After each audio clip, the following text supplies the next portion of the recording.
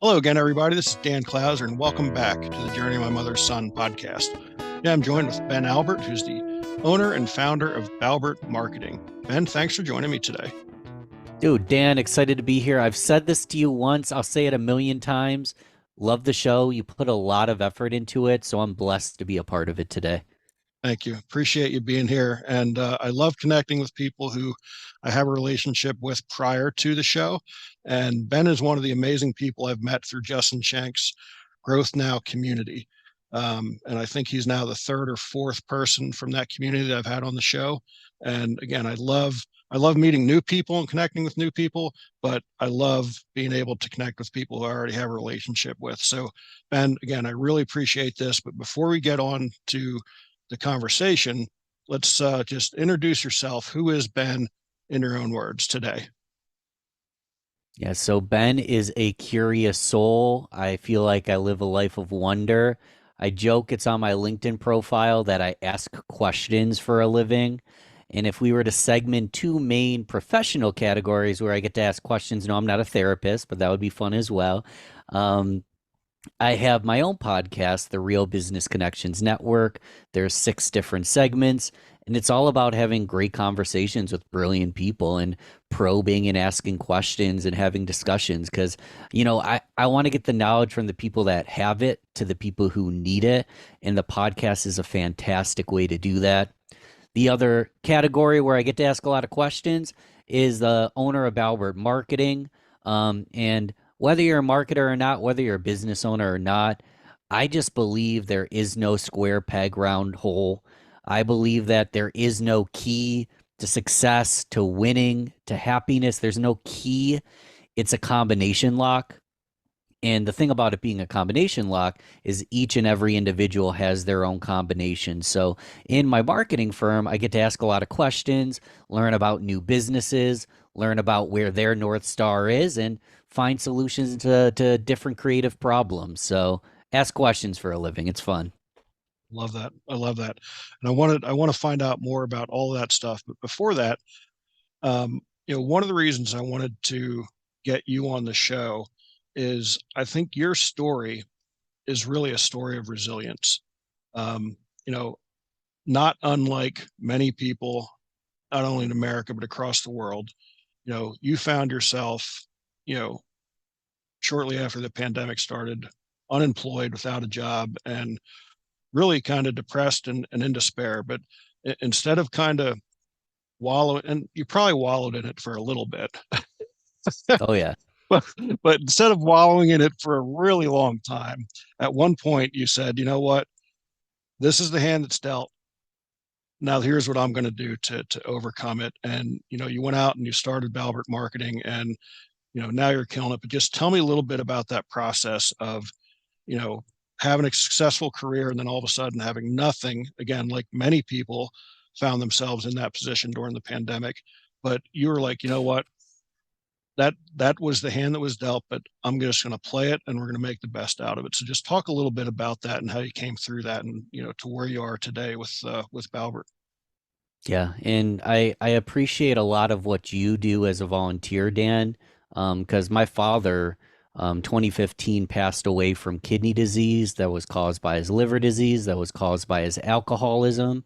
And I literally, since I was young, a teenager, started drinking, smoking pot.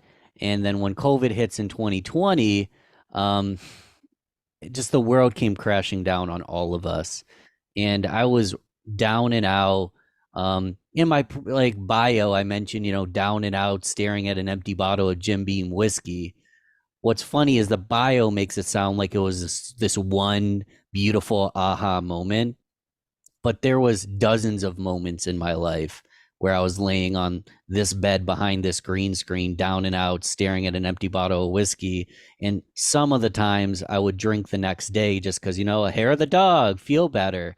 And with COVID and the isolation and the uncertainty, um, I wasn't in a good place. And while I'm not in a good place, I get furloughed from my sales executive role. No animosity. We did video production in person nationwide, Texas, California, New York City, all across the United States, no travel, no in person, no video production, no sales, no fulfillment, no reason to have Ben in sales. So I'm furloughed and I'm trying to find jobs and nothing's landing. Like I am legit struggling to figure out what my next move is going to be. Um, Nowadays, like people know me on LinkedIn, they come to me for LinkedIn tips. I have this LinkedIn clout, but in mid 2020, right around August is when I actually revamped my LinkedIn profile because I was just trying to find a job. And I, in November of 2020, started a business related podcast. I had set up an LLC thinking maybe I'll do some freelancing, set up a business podcast, because as you know, it's a great way to connect with people. You know, in a business context, it's great in a business level, but really just on an emotional level. And the biggest thing I wanted to get out of my podcast was learning from people that were so many steps in front of me. um, so I started a business podcast, didn't have a name for it at the time, was just trying to figure things out. And a lot of people, when they hear my story, they're like, well, how'd you just stop drinking and you started this podcast and you're doing so good? I was struggling the entire time through. And honestly, the first few episodes, the first like 20 episodes of my show kind of stunk because I was still trying to, figure out where I was going, what I was going to do, and this and that. And long story short, I was trying to get a job, but with the podcast and extra time, a charter school in my hometown reached out to me. I had a music podcast I started in 2016, so I've been doing this for a while. Charter school reached out to me and said, hey, we found you on Google. We see that you're local to Rochester. All our programs are virtual now. We were hoping that you could teach podcasting to our students. So my first official client was for education, charter school, wasn't even marketing client. And as I got momentum and the kids liked the program, the same charter school that at a separate location brought me on. My first two clients are charter schools, education, teaching podcasting. Then I bring on my first real estate client. Then I bring on actually a second real estate client. Then I bring on a tech startup. And before you know it, I had a business kind of accidentally. And in a little over a year, I actually replaced my sales executive income. And nowadays, dude, I've got a podcast, I have a business. I guess I'm kicking butt. I'm still figuring it out. But there was a deep 8 to 12 months of just uncertainty and struggle. And as I started to get clarity, I like to say that clarity and confidence comes from memories of winning, setting up the podcast, getting my LLC, landing that first gig, landing my first guest, my first 5 guests, 10 guests, getting nominations from previous guests for more people to be on the show, getting a real estate client. I slowly started to pick up the pieces, get better. I'm not perfect, but I'm definitely not that human that was completely down and out in, March, April, May of 2022. And blessed to be here with you to tell some of that story, Dan.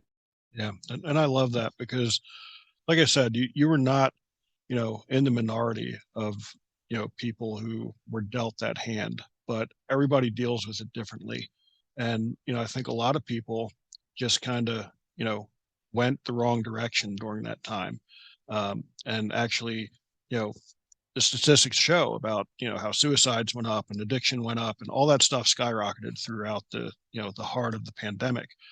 Could have been you. You could have been one of those statistics, and you had to fight hard to not become that statistic and turn it around. So, that's what I love about your story is just the resilience of, you know, what do they say? You can never choose the music that life's going to play for us. You can always choose the way we're going to dance to it, right? And Mm, I think attitude is just so important. And again, a lot of times people, when you start talking about positive attitude and manifestation and that sort of stuff, they're like, oh, that's all just, kind of woo woo stuff. And, I'm like, no, that is not. Like, you actually have to make a choice to be happy. You have to make a choice to say, no, I'm going to make the best out of this situation. So, was there a time prior to, what happened to you in 2020, where, you got into understanding positive mindset and, again, you were still figuring it out, but with everything that fell on you, you just made the decision that you weren't going to wallow in it. You were going to turn it into the best thing that you could. And again, it's going great so far. But was there like a specific thing prior to that, or was it during the storm? My whole life's kind of been a storm. I was a quiet kid. Um, Literally barely spoke a word the first 13 years of my life. Was raised Jewish. We have a bar mitzvah, age 13. I'm up there in front of like 1 to 200 people, sweating like crazy, voice crackling as I'm singing in Hebrew, mortified at myself. Um, and it leads in today where I have a podcast. I'm speaking on your podcast. Like, I wasn't born with it. I wasn't born with the charisma. I was quiet kid, and I was the shortest boy in school. And the only shorter person in my grade was a little Asian girl, Olivia Lee. So what do you think happened? I got picked on. I kind of got beat up. I didn't realize it at the time, and it's still kind of I'm still kind of figuring it out as I journal and look back at my younger years. The curiosity, the growth mindset, the love of supporting others. I felt disconnected. I was small and I would make myself smaller Mm.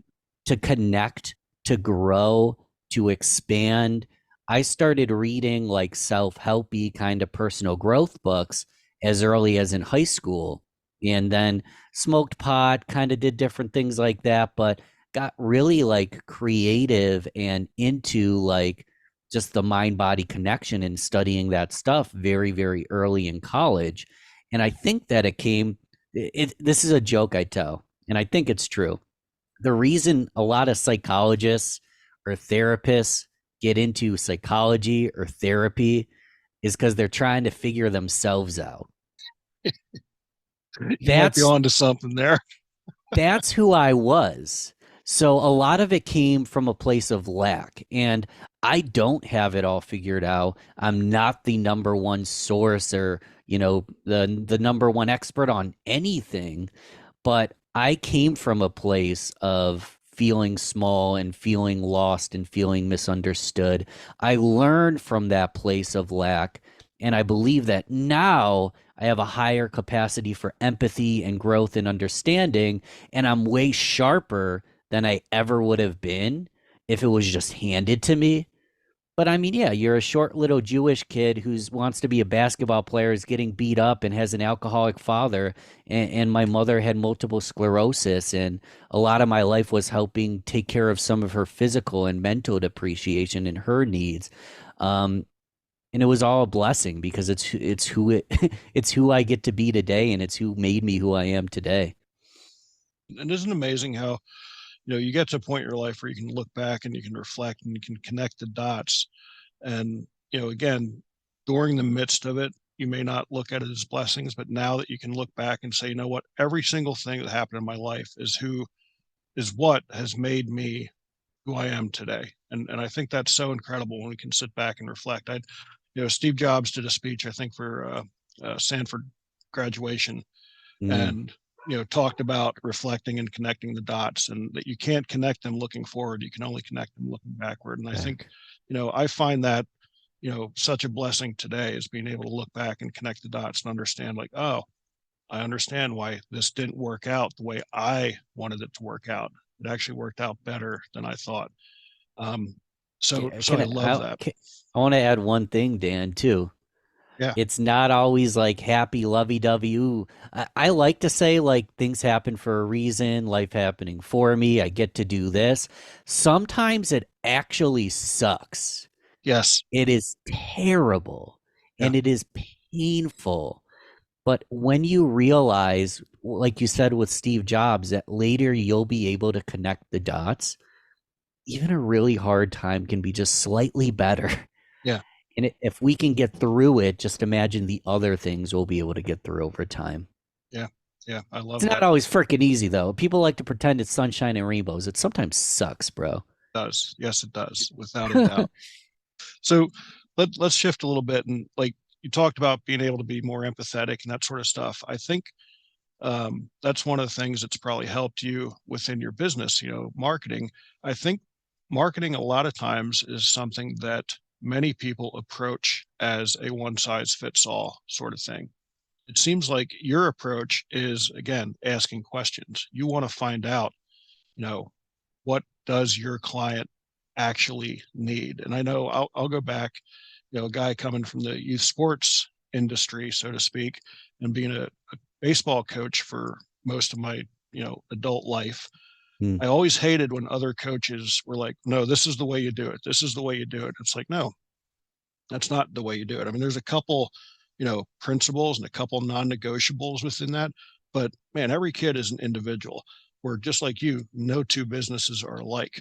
So, what was it through that process of growing up and, being dealt the hand you were dealt that has allowed you to be, that much more successful and be able to use some of those lessons crossing over now into the business world and wanting to listen to people and find out I've got to figure out what is best for them individually.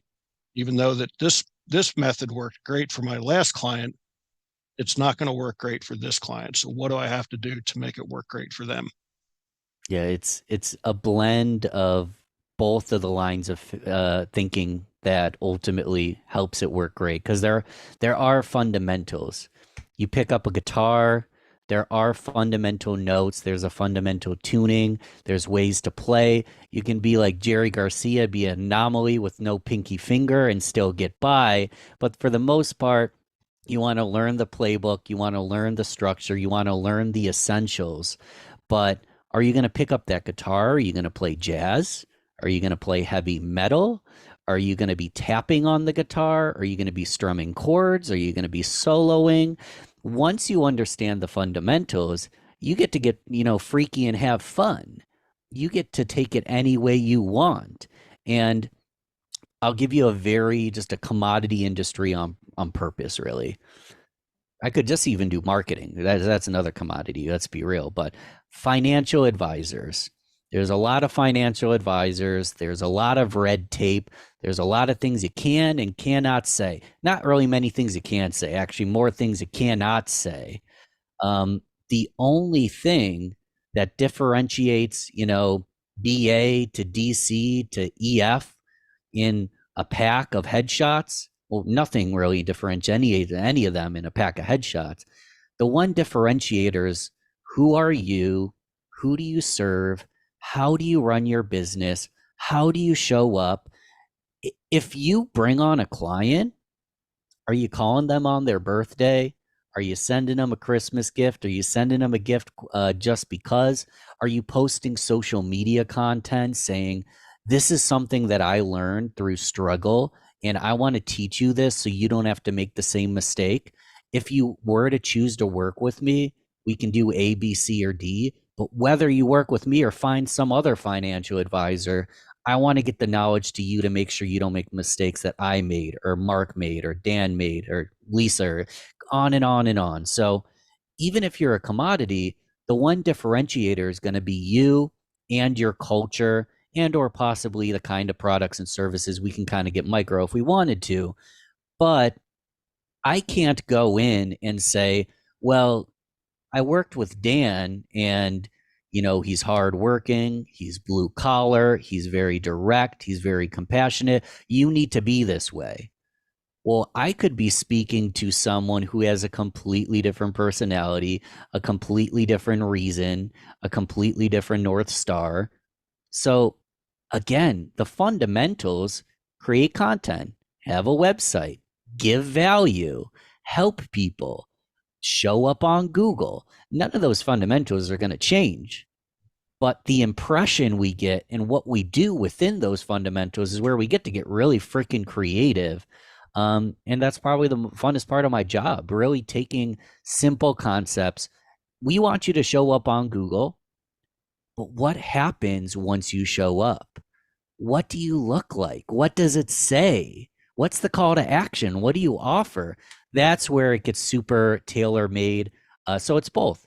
You need a playbook, but you also need to be able to audible or write your own plays. That makes sense. Yeah.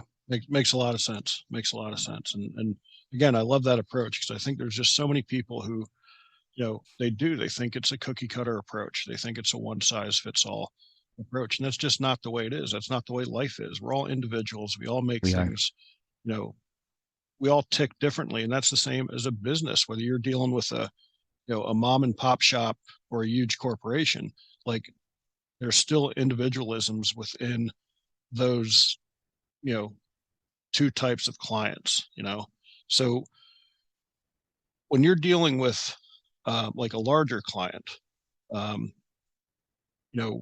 how do you get them to, because that's a little bit different of an aspect because you've got to get their whole team to kind of buy into a certain vision before you can direct them down that path when you're dealing with a couple different minds. So when you've got three or four decision makers that you're dealing with, how do you approach that as opposed to just a small mom and pop one man solo entrepreneur out there? Like, what's that approach look like for you? So there's a lot of ways I could answer this. The easy answer is be present, ask questions, be empathetic, adjust, get to know the company. The best way you could handle a situation like that is to figure out who the decisions makers are, figure out their personalities, figure there's so many different moving parts. To make it a little more practical and a little more simple, um, you could even put in, and I don't do this, but a friend of mine does, you put in the contract a limit to decision makers. You have certain people you speak to. There's a board of 12 directors. You're not dealing with the entire board. You're dealing with 1 to 3 people, and that needs to be pre-negotiated. So you can pre-negotiate terms. A lot of times in a scenario like that, you kind of need to humble yourself because if you're like me and you're creative, you have a lot of ideas. If you're anybody who's creative in any kind of workplace at all, you want to do A, B, C, D, E, F. You have all these ideas. If you're ADHD, the ideas just start coming to you like in moments. You just want to do everything. Well, they have a proven system in place. They would not be a large company with proven results if what they did it clearly worked. And even if they're plateauing and you're there to help them hit the next level, what they have done has worked. So you need to humble yourself to know that you're not just going to come in and change everything.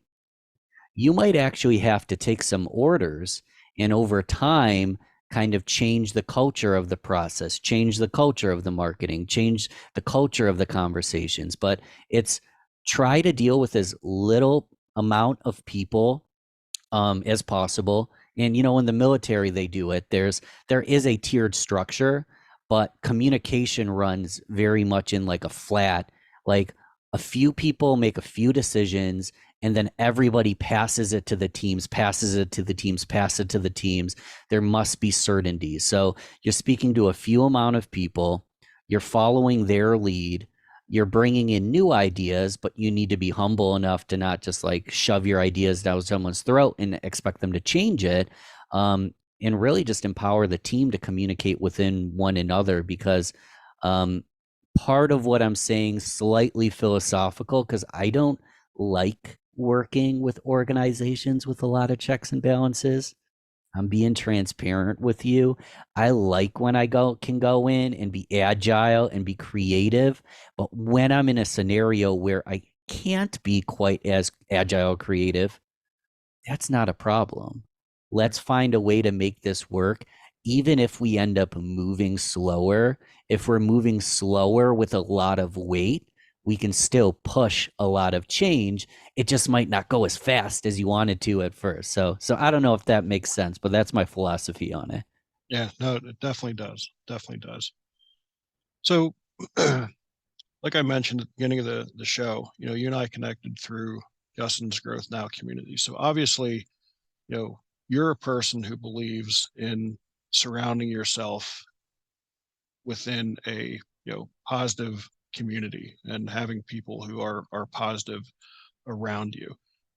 Let's face it, that's why we're part of that group.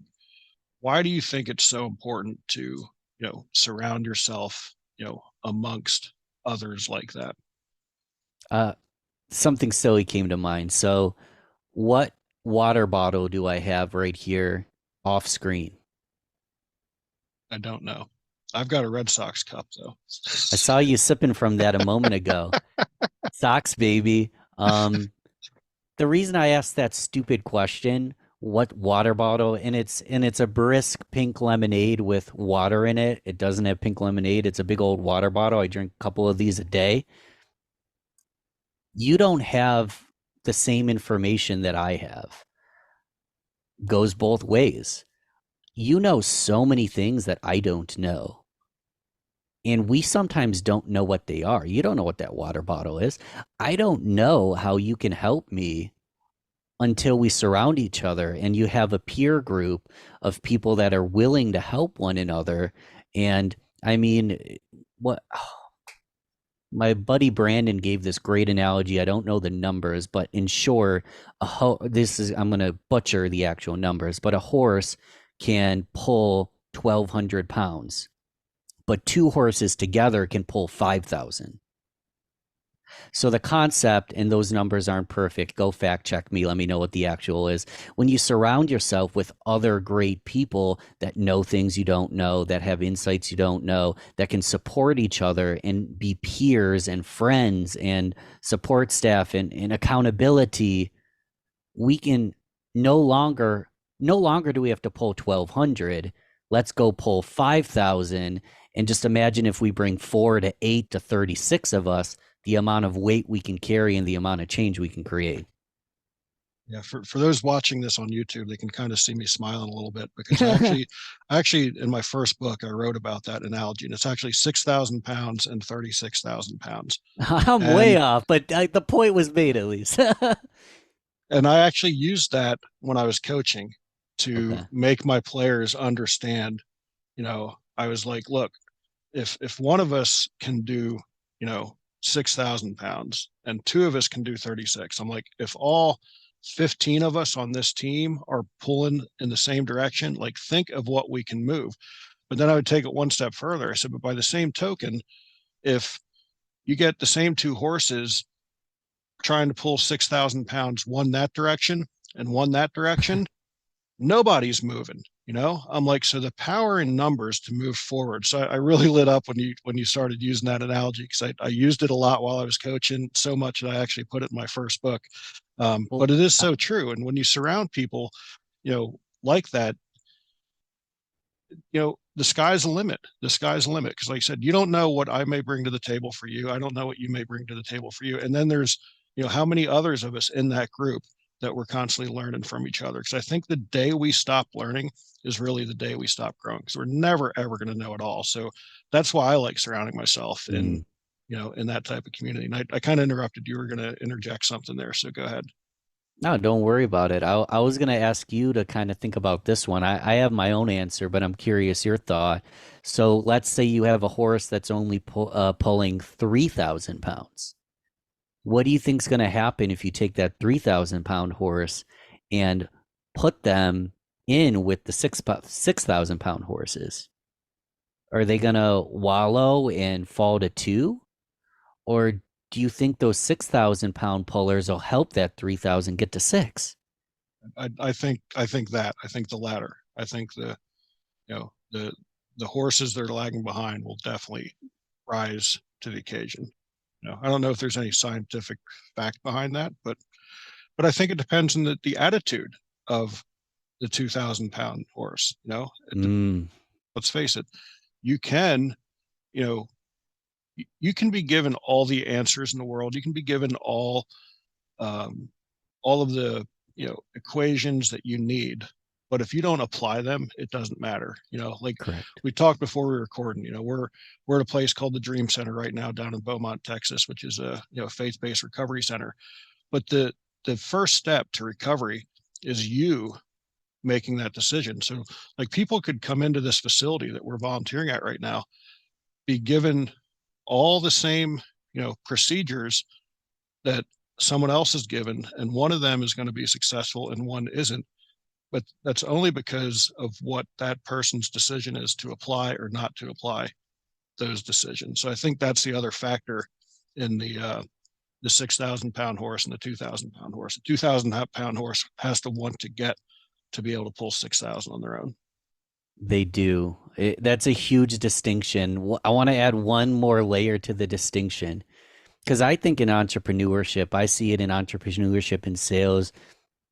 I think there's a lot of toxicity of how you should act, what you should drive, how much money you should make, the accomplishments you're supposed to do at certain time periods, this or that. That 2,000 pound horse might work their ass off and for whatever reason not be a 6,000 pound horse ever. Yeah. But if we can get that, their potential might be 4,889. But without the mentorship and help, they'll never get to 3. They might actually fall below 2.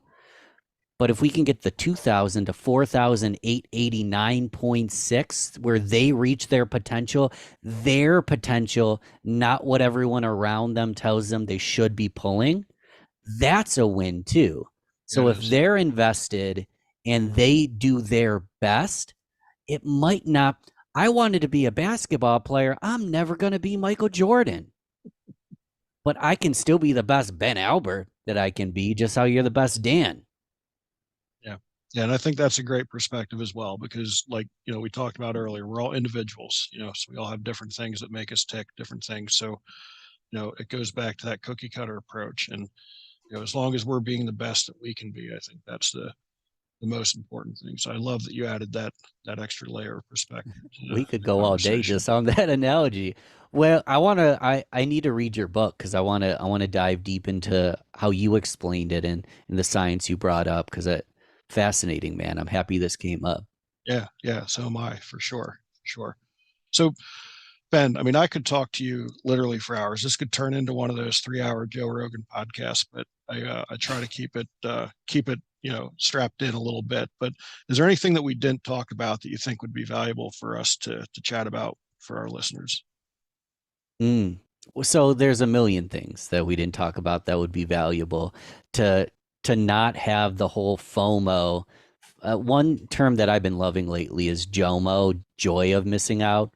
So instead of adding a bunch of additional narratives and worrying about all the things we could have talked about, because Dan, you and I probably could do a Joe Rogan 3-part series and talk for 12 hours. My thought is if you're listening, just pick up on one narrative that was discussed today. And whether it's journaling or just taking a mental note or adding it to your calendar, ask yourself the question, what did I learn from this? And what can I do to better myself in the future? So instead of bringing up a bunch of new narratives, Dan, let's take what we've talked about today, take one thing, let's not have it be mental masturbation. Let's actually take something and make just one little change in our life, and we'll kick butt if we do just that. I love that. I love that. And that goes back to my days in the sales field as well, where I would go to, throughout a year, maybe you're going to 3 or 4 or 5 different sales conferences. And again, they all would claim that they had the recipe for success, but I would always, take 1 or 2 nuggets from each of those and then apply them to develop my own strategy. And so I love that because again, everybody, man, and there's so much information out there. And if you're just taking one piece here and one piece there and creating them into your own methodology, like that is the key to success right there, is learn from as many different people as you can. And even some person may say something that you totally agree with and say, man, I'm going to take that. And then in the next sentence, they're going to say something like, wow, Mm-hmm. what's he talking about? That's nuts. And that's okay. Like that's perfectly okay. But take that one piece and use it and utilize it. So I love that, man. Dude, I really do love Dan, that. you just went full circle. You even mentioned how that is the key to success. It's taking these little bits and pieces that serve you. This is what we started with. There's no specific key. It's a combination lock, and we all have our own combination. So our listeners, just as you and I, all have different combinations. So we're going to have different slivers to that same pie, but we're all going to kick butt in the long term. We just might do it in a slightly different way than one another. It's the Yeah, best part. I love it. I love it. So, Ben, how do people find you if they want to reach out, whether it's for marketing services, whether they want to catch some of your podcasts? Where can they find Ben at on the internet? So it's really easy wherever you're listening or watching to this. You can just search real business connections. There's no weird spelling. It's just real business connections. Or you can punch that into Google. It's realbusinessconnections.com. So just type the words real business connections anywhere that searches and I hope I'll come up. If not, just Google it. I guarantee I come up there. But wherever you're listening to this, just type in Real Business Connections and you can find me there. But make sure you've subscribed and liked this show first, because that's quick and easy. Just go boom, boom, boom. I'm just going to ramble for a minute to give you time to do it. Subscribe to this show. And then when you're done with that, Real Business Connections, and we can chat from there. Love it. Love it. Ben, that brings us to our final question. As you know, the subtitle of the podcast is Many Little People in Many Little Places, which comes from the opening lyrics of a Michael Franti song, Gloria, which go, when many little people in many little places do many little things, then the whole world changes. So it's one of the little things that Ben's doing on a daily basis to make the world a little bit better place. Yeah, so I'm gonna pick up my phone. Do you know Jordan Harbinger by chance? No, I don't. Jordan Harbinger show. It's a fantastic podcast. He's top of the industry. He's incredible. I learned this from him. This is going to be me paraphrasing, but I legit do it every single day. You pick up your phone, you go to messages, you scroll to the very bottom. You can do your messages, you can do your Facebook messages, you can do your Instagram DMs, your email. You scroll to the bottom, and as you get, a year or later in, you're going to start seeing names that are near to your heart, but you haven't spoken to in 6 months, 12 months, 5 years. It could be anything from a relative to someone you just shared an Airbnb with at Justin Ching's conference. You never know. Every day you scroll to the bottom, you find someone new. Honestly, it doesn't have to be someone new because you're going to end up repeating, but you find someone towards that bottom and you take 45 seconds to send them just a custom hello. If you're on social media, it's so darn easy because all you got to do is click on their profile, see what they're up to, and you're like, holy crap, Dan, I had no clue you're a father. I have not been in your life. I want to apologize and congratulate you on a young baby boy. You send a message like that every single day, 365 days a year. It only takes you a minute a day. 365 days a year times 5 years, times 10 years. Think about the ripples of love and change you get to make, because two main things. I like to take it head and heart. Head, business strategy. If you're doing this for prospects, you don't know when they're ready to do business with you, and you might catch them at the right time. Heart, if you're doing this with friends and family, you never know when someone actually needs you, and you can catch them at the right time and make a smile, but even save their life. You never know, but you will never know until you send that one message a day. It only takes you 45 to 60 seconds to do it. But the cumulative earned interest on doing that daily is just unbelievable. So that's what I'd ask everybody to do. Yeah, I love that. And I know nothing makes me feel better than getting a random text from somebody that I haven't heard from in who knows how long. I mean, it brings a smile to my face. And that's happened to me probably, you know, I bet you close to a dozen times this year where one of my old players just out of the blue completely reaches out to me. Wow. And I'm like, wow, man, just totally blown away. So I love that. That's a little thing that turns into a really big deal for the person on the receiving end of that. So I love that. That's great. Amen to that. Yeah. So, hey, folks out there listening, be sure to check out my other podcasts and blogs at journeymymotherson.com or danclouser.com. While you're there, pick up a copy of my most recent book, The Journey of My Mother's Son, Volume 1. If you want to read more about the horse, that's in book number 1, The Beauty of a Diamond Through the Eyes of a Coach. So I'll use a little shameless plug there. Seems like we talked about that one. Pick up both books sometime. But Ben, I really enjoyed this. Like I said, we could have gone on for hours, but I really appreciate you taking the time to be on the show. This was a great conversation. Such a blessing, Dan. Anytime, man. And I love the show. I'm just going to say it again. Go support Dan, y'all. I appreciate you, bro. Absolutely appreciate it.